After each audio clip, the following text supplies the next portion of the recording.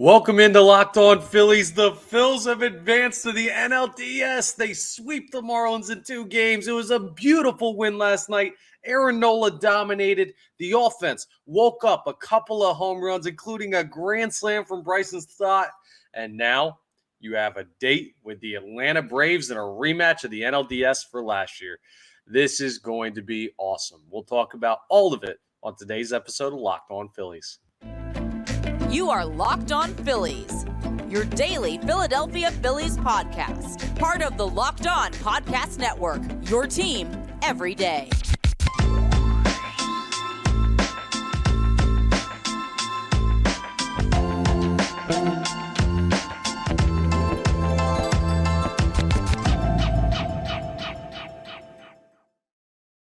Yes, this is Locked On Phillies, part of the Locked On Podcast Network, your team every day. I'm your host, Connor Thomas.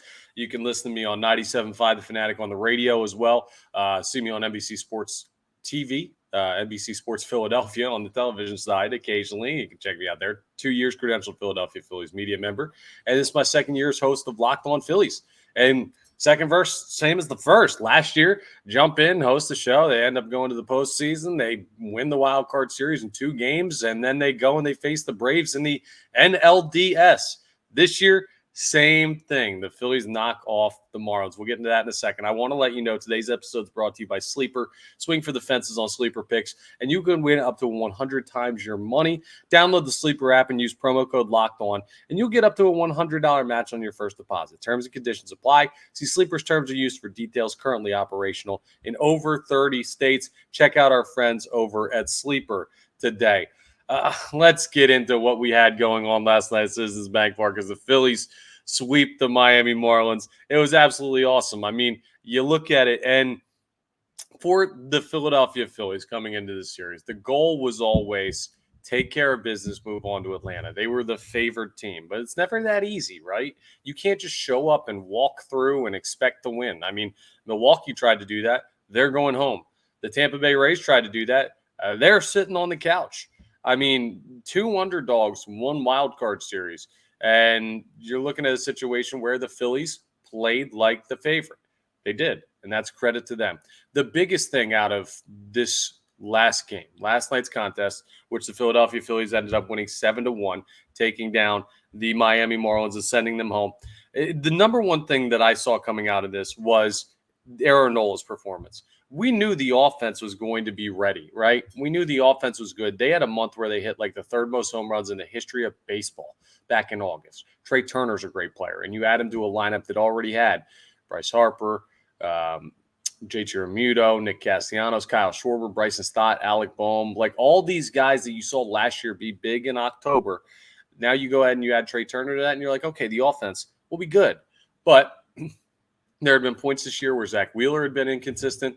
This entire year, Aaron Nola had been inconsistent. And the bullpen, well, the Phillies bullpen looks good on paper, but would they look good in playoff situations, in high-stress environments? And that's supposed to be a bullpen's bread and butter. Can this Phillies bullpen kind of not do what they did in the regular season, where when big moments happen, you give up runs to make the game tighter again or to give up the lead again?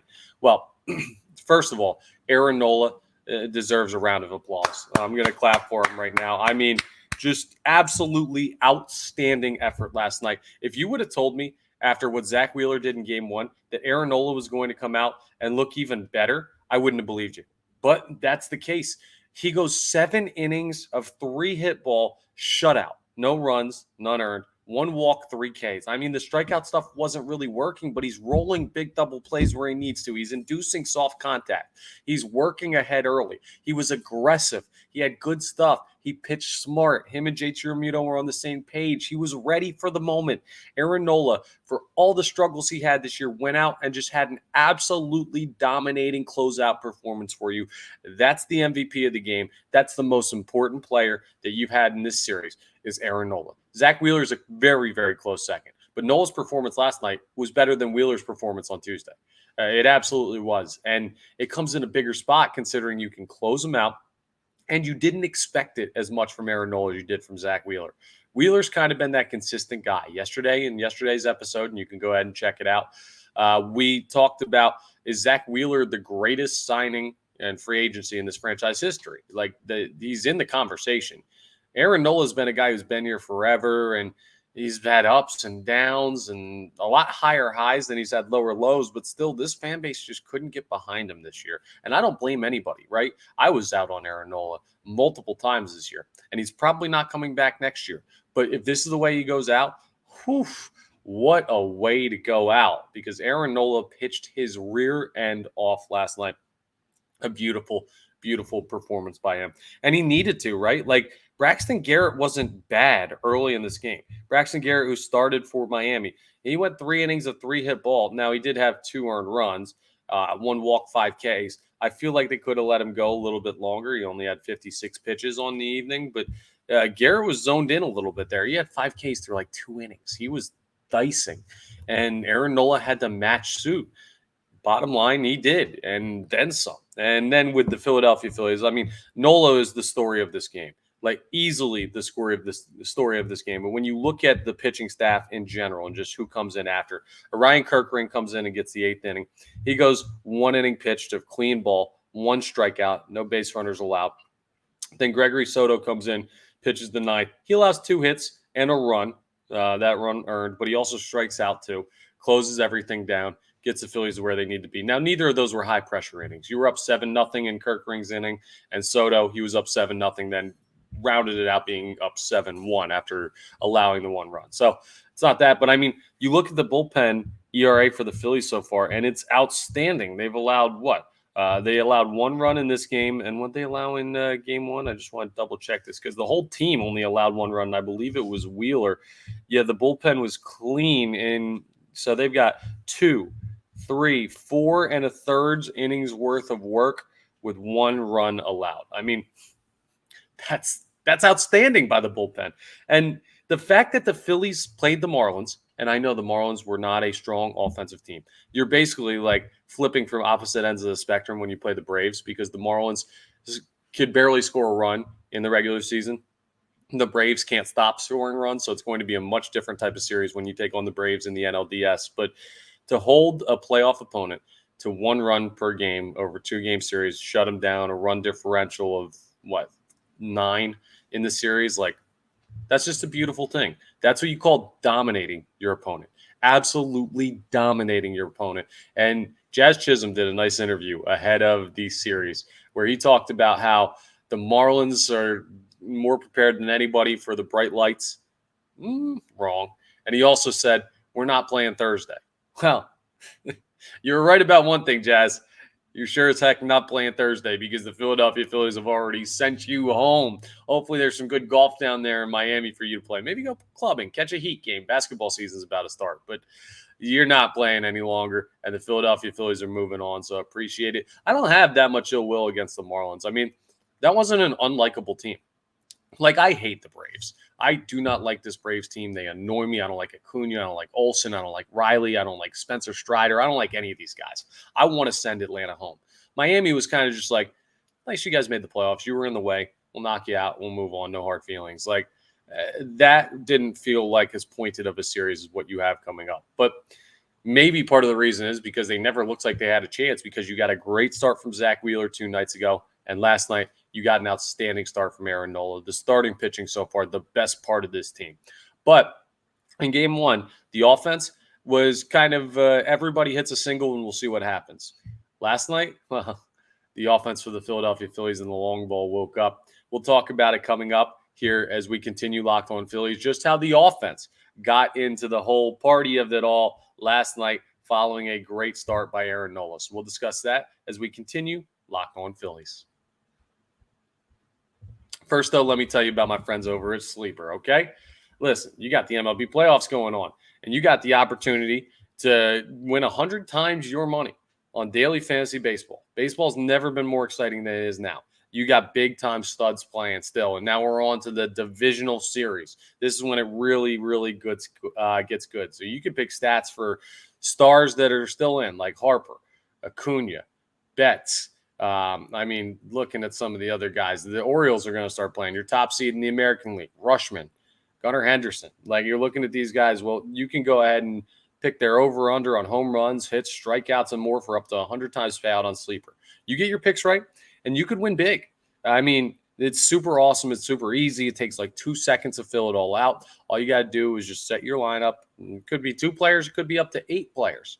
And you can do that in under a minute. And just pick the stat you want. You pick the over-under. You win money if you get it right. Super simple. Plus, you use promo code Locked On, and you'll get up to a $100 match on your first deposit. Terms and conditions apply. See Sleeper's terms of use for details. Go ahead and check out Sleeper, your number one spot for daily fantasy baseball. All right, let's go ahead and get into the offensive side of the ball when it comes to what the Philadelphia Phillies were able to do on, what is it? It's Thursday now, Wednesday night. My days are all thrown off with this midweek series. But so game one, you didn't leave the yard at all. You had a bunch of guys get hits. 9 players, which was a franchise record, had hits in game one. Game two, though, it's kind of like, okay, can you get to the point where you can leave the yard? Can you get the big hits? Can you really bury them and show that you're an offensive juggernaut like you've proven you could be? Well, let's look at some of the numbers from the Philadelphia Phillies offense in this one. Kyle Schwarber, 1 for 4, RBI doubled to start the game. I mean, love it. Trey Turner, 2 for 4. He was outstanding in the series. Playoff Trey, he's a problem for Atlanta. If you're looking to stop anybody in this lineup right now, it's how do we stop Trey Turner from going 2 for whatever against us. Alec Boehm, 1 for 4 with a run scored. Bryce Harper, run scored with 2 walks. They didn't want to throw to him. JT Realmuto, 2 for 4 with a bombski.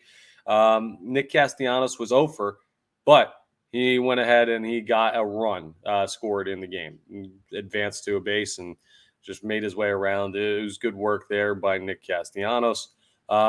Bryson Stott, 1 for 4. The one that he had, we'll tell you about that one in a second. And Pache and Rojas both went over. It's tough. Young players, big moment. They didn't get it done.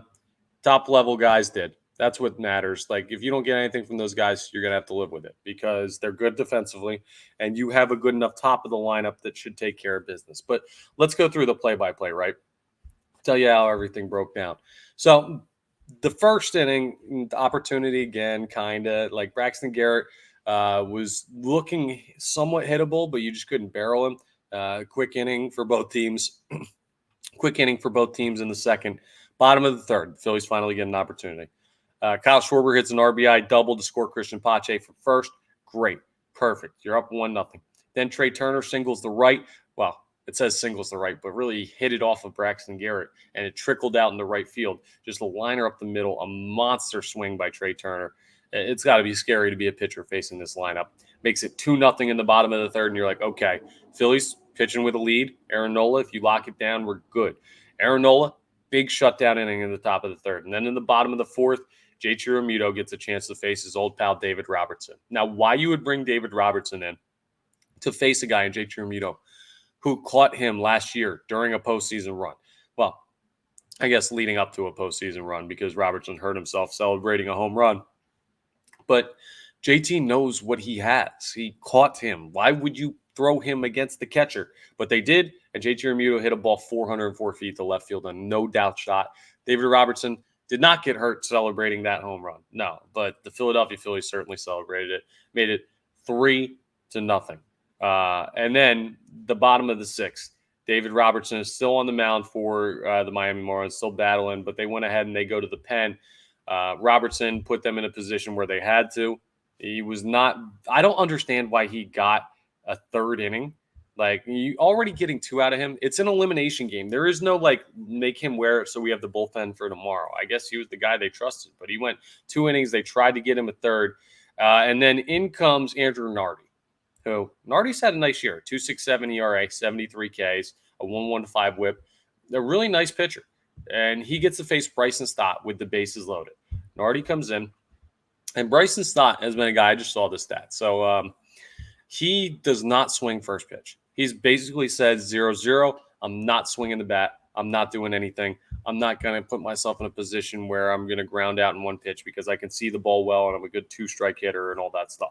So that is what Bryson Stott has really tried to attack and do all year.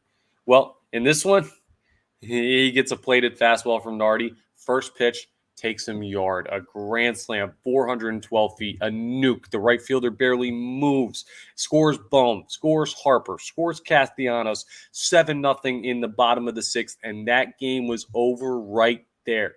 It was probably over anyway, but that game was dead in the water the second Stott hit that ball out of the yard. And the Phillies felt like they really let off the gas after that. It's kind of like, okay, we're good. We're going to still try and put it bats together, but we got what we needed to get out of this one. 7 runs. Aaron Nola, great start, finishes out without giving up a run. And the only scoring the rest of the way was what we talked about with Gregory Soto, giving up a single to Josh Bell in the ninth. And that's it. Ball game, 7-1. Phillies advance. Like, I feel great. The celebration, insane again. I love watching this team celebrate. Garrett Stubbs had the overalls again. It was expensive tequila time from Trey Turner. The guys are going insane. Brandon Marsh doing a keg stand. Like, this team can celebrate as good as any team I've ever seen in baseball, including last year's Philadelphia Phillies team. This team knows how to get after it after they win. Hopefully, they're celebrating again soon. And just about, I don't know, let's call it a week and a half, less than that. So game 1 is Saturday for the Philadelphia Phillies. It's 6 o'clock p.m. against the Braves. And you can listen to every pitch of every game the Phillies have coming up on the SiriusXM app. Just go to the SXM app and search Phillies, and you'll be able to hear the hometown radio broadcast of that game. But yes, coming up, we're going to talk about it because as fun as it is to beat the Marlins, well, now the real competition starts. You have a matchup with the Atlanta Braves. You have a team that's the best offensive team, not just in baseball this year, but in recent memory and maybe the history of the game. They're a juggernaut. And basically they're Thanos. But there's one team that can stop them. Are you Iron Man? For my Marvel geeks out there, are the Philadelphia Phillies the team that can stop the unstoppable? I think they are. And we're going to preview a little bit about that date with Atlanta coming up as we wrap up today's episode of Locked On Phillies. All right, let's talk about bunches, okay?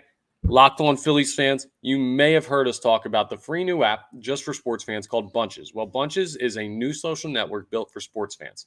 No politics, no doom and gloom, none of that, unless you're a Yankees fan. That's literally what the copy says, unless you're a Yankees fan. just sports. They've recently released a new scoreboard feature that lets you check live scores in the app and chat about live games as they happen.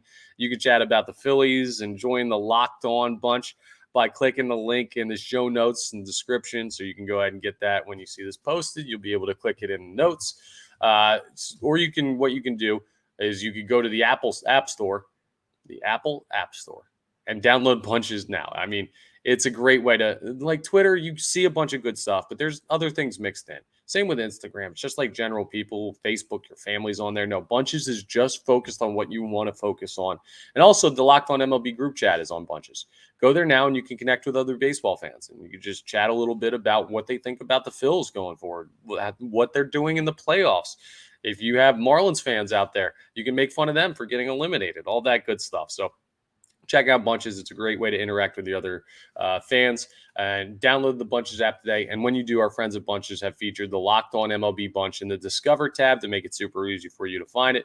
You can also click the link in the description or show notes to join the Locked On MLB Bunch community today. So go ahead and check out Bunches. All right, let's wrap up. Phillies, Braves, it's happening. Here's the schedule so far for the Phillies Braves. Saturday, 10-7, October 7th, a 6 p.m. start. It'll actually be like 6:06 p.m. or something, whatever. 6 p.m. start for game 1. Monday, 6 p.m. start for game 2. Monday, October 9th. The Eagles play Sunday. You got it all. A busy weekend here in Philadelphia. Then the Braves will come to Philadelphia on Wednesday, the 11th. No time yet for that one. They'll play Wednesday. They'll play Thursday. Back-to-back days there. Game 5, if necessary. Game 4 is also if necessary, by the way. Game 5, if necessary, is on next Saturday, October 14th. Time still to be determined. So the Phillies play at 6 o'clock Saturday, 6 o'clock Monday. After that, they come back here, and we'll let you know what the times are as we get them.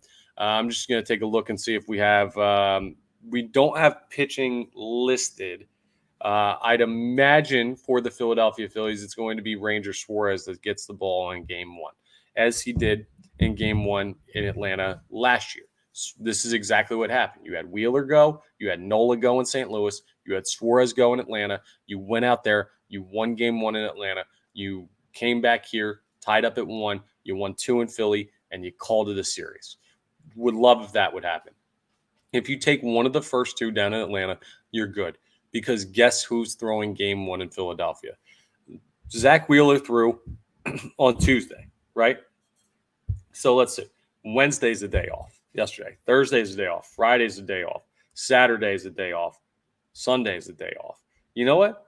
Zach Wheeler might throw Monday. He might throw Monday in Atlanta.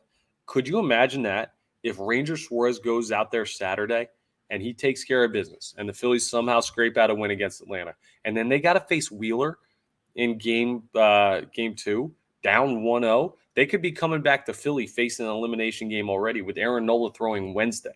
And Aaron Nola throwing Wednesday, well, that gives him a week's worth of rest. He does better with extra rest. This schedule actually really helps the Phillies, and the fact that they took care of business early and swept the Marlins out. They don't have to pitch today. I mean, that was perfect. This is looking better and better for the Phillies right now. Now, we know how good the Braves are.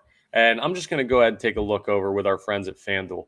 I want to take a peek at this and see if there's odds out on this series yet for Phillies Braves. By the way, I got a crossover coming up with Jake Mastriolani of Locked On Braves. He's going to join us to talk a little bit of trash and a little bit of fact about how good the Braves can be and how awesome this series is going to be. Let's see divisional series if there's odds yet. The Philadelphia Phillies are plus 148 favorites, plus 148 underdogs. The Braves are minus 184 favorites in the NLDS against Atlanta. Just to compare this, the Astros are minus 150 favorites, less. The Baltimore Orioles and Texas Rangers is a pick 'em. The Dodgers are minus 200 favorites. So the Phillies are not the biggest underdog, but they're the second biggest underdog of the 4 divisional series. Now, I'm sure they were last year, and you can battle through that, and everything's going to be just fine if you were a Philadelphia Phillies fan, as long as you get the starting pitching and the offense that you need.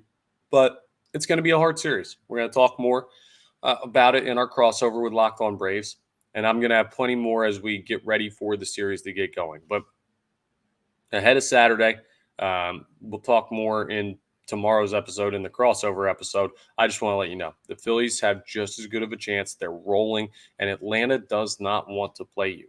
They don't.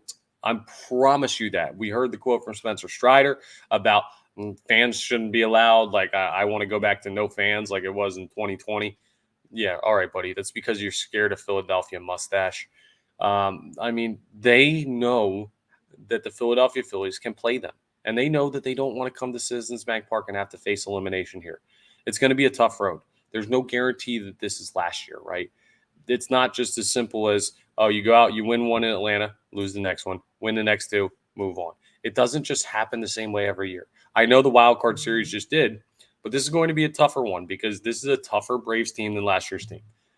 I do believe in the Phillies. I do like them to win the series. I mean, I feel some magic around this team.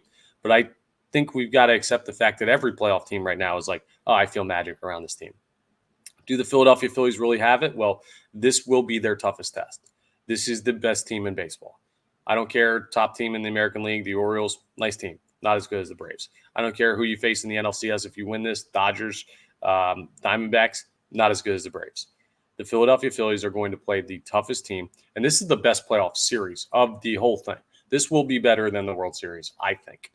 But obviously, you got to take care of this one to get there. So, deep breath. We had fun celebrating. We're going to celebrate another day of knocking off the Marlins. And then tomorrow, turn your attention to Atlanta, baby. It's time to rock. It's time to take out another NL East division opponent. But the Phillies are rolling forward in Red October. It's awesome. You absolutely love to see it. That's all for today's episode of Locked On Phillies. Thank you so much for checking us out. Please make sure you're rating, reviewing, subscribe to the YouTube, all that good stuff. I appreciate it. The victory shirt rolls on. The victory shirt continues through the postseason. And yes, hopefully I'm wearing it 3 more times before the series with Atlanta is over. And then we'll get it washed and ready to go for the NLCS. We'll talk more on a crossover episode tomorrow on the next episode of Locked On Phillies.